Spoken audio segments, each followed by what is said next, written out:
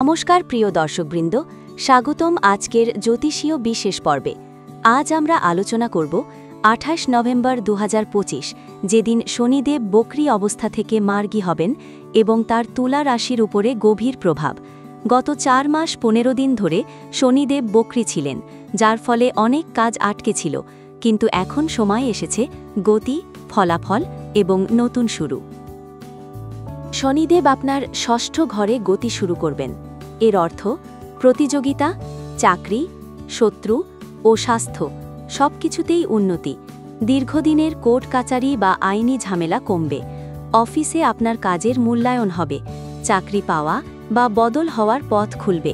বক্রী সময়ে যে লুকানো বিরোধীরা সক্রিয় ছিল, মার্গী হওয়ার পর তারা নিজেরাই দুর্বল হবে। আপনার কঠোর পরিশ্রম সামনে আসবে। বসের চোখে সম্মান বাড়বে। কর্মজীবনে ধারাবাহিক উন্নতি শুরু হবে।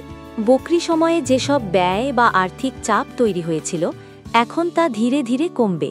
সঞ্চয় বাড়বে, বকেয়া পাওনা ফেরত আসবে, ঋণ শোধের সুযোগ তৈরি হবে।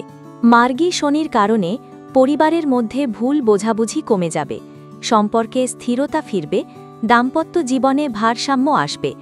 যারা দাম্পত্যে দূরত্বে ছিলেন, এই সময় সম্পর্ক মেরামতের জন্য খুবই শুভ। আগের মাসগুলোর মানসিক চাপ এখন কমতে থাকবে। রোগ প্রতিরোধ ক্ষমতা বাড়বে, নতুন স্বাস্থ্য রুটিন কাজ দেবে, মন শান্ত হবে। প্রতি শনিবার শনিদেবকে তিলের তেল নিবেদন করুন। শ্যাংসং শনেশ্চরায়ে নামাহা 108 বার জপ করুন। দীর্ঘদিনের বিরোধ বা মামলা মিটিয়ে দেওয়ার চেষ্টা করুন। গরিব ও শ্রমিককে খাদ্য দান করুন।